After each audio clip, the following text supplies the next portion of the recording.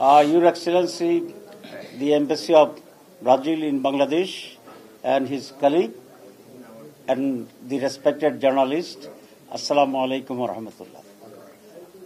আজকে সকাল 11টায় Brazilian ambassador এবং তার সহকারী বাংলাদেশ জামাত ইসলামীর মাননীয় আমির ডক্টর শফিকুর রহমান সাহেবের সাথে সাক্ষাৎ করতে আসছিলেন।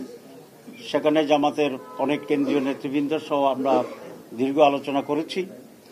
আলোচনার অত্যন্ত সৌহার্দ্যপূর্ণ ছিল এবং ব্রাজিল বাংলাদেশের ভবিষ্যতের সম্পর্ক উন্নয়ন আরও কীভাবে হতে পারে সে ব্যাপারে বিস্তারিত আলোচনা হয়েছে এবং ব্রাজিল কতগুলো বিষয়ে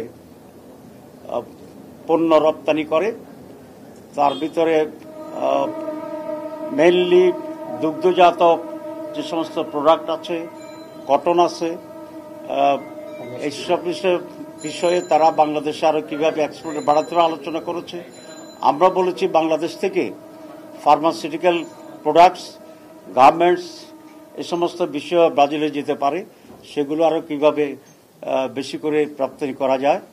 অধিকন্তু ব্রাজিলে বড় ধরনের কোনো ইনভেস্টমেন্ট বাংলাদেশে নেই। আমরা বলেছি পোলট্রিতে এবং ফার্মাসিউটিক্যালসে যেগুলো তাদের দরকার, এখানে একটা অ্যাগ্রোবেসড ইন্ডাস্ট্রিতে ব্রাজিল যেন ইনভেস্ট করে বাংলাদেশে, আমরা সেই রিকোয়েস্টই করেছি। আর বাংলাদেশের বর্তমান রাজনীতি, আগামী দিনের বাংলাদেশ, এসব কিছু বিষয়ে আমরা সংক্ষেপে মতবিনিময় করেছি। তো আমি আবারও মাননীয় অ্যাম্বাসেডরকে ধন্যবাদ জানাচ্ছি, ওয়েলকাম করছি আমাদের অফিসে আসার জন্যই। আপনারা জানেন বিগত 13.5 বছর এই অফিস বন্ধ ছিল, আমরা আসতে পারিনি এবং সেজন্য বিদেশিরাও এখানে আসতে পারেনি। গত 15 বছর বিদেশিরাও এখানে কথা বলতে পারে নাই বিভিন্ন সংবাদ সম্মেলনের প্রধানমন্ত্রীর, সেই দুঃখের কথা উনি আজকে আমাদেরকে বলেছেন। তো আমি আর না বাড়িয়ে আবার সবাইকে ধন্যবাদ জানিয়ে, now I would like to request the Excellency, the Honorable Ambassador of Brazil in Bangladesh, to give a very short brief to our journalists. Okay. So first of all, good morning, everybody. Assalamu alaikum. I will be brief, but what I can say is that we've just had a conversation about the future, right?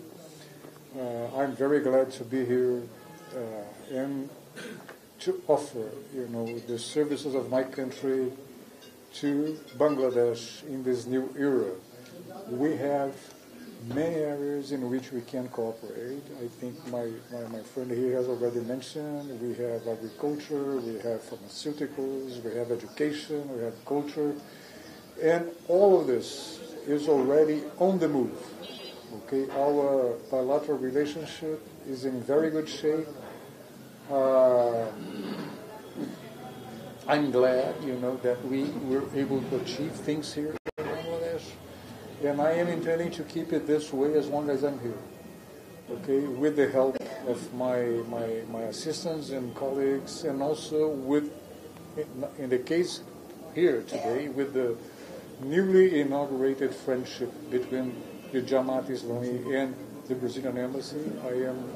I told them I am very relieved that now I can expand myself in the country, talk to different shareholders, and work together with Jamaat and possibly the government, the interim government, Jamaat, and other stakeholders, in order to help Bangladesh to achieve its promising future. Thank you very much. সমসাময়িক রাজনৈতিক ইস্যুতে কথা হয়েছিল, সংস্কার এবং নির্বাচনের সময়, দ্রুত সময় নির্বাচন, এইসব বিষয়ে কোনো আলোচনা হয়েছে কিনা? Mr. Ambassador, had there any conversation like politically and current affairs in Bangladesh? Can you say it again? No question. No. Question to me. Question to me.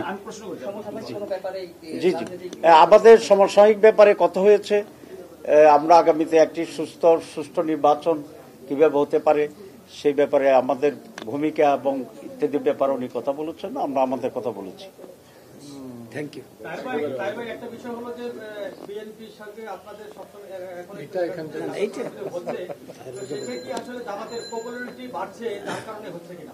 না, বিএনপির সাথে আমাদের তেমন কোনো বিরোধ নেই, মত পার্থক্য নেই। ছোট ছোট ইস্যুগুলোতে কেউ কেউ ফেরি ফেরি বা সাইডে কথা বলছেন, সেটা এত ধর্তব্য বিষয় নয়। বিএনপির নজরুল ইসলাম খান সাহেব, মাননীয় সেক্রেটারি জেনারেল আমাদের ফোর্সেন সাহেব ভেরি ক্লিয়ারলি বলেছেন যে জামাতের সাথে আমাদের কোনো বিরোধ নেই, আর জামাত এটা ফিল করে না যে বিএনপির সাথে আমাদের কোনো গ্যাপ আছে। We are working together, will work together on the basic points for the interest of the nation. Thank you very much.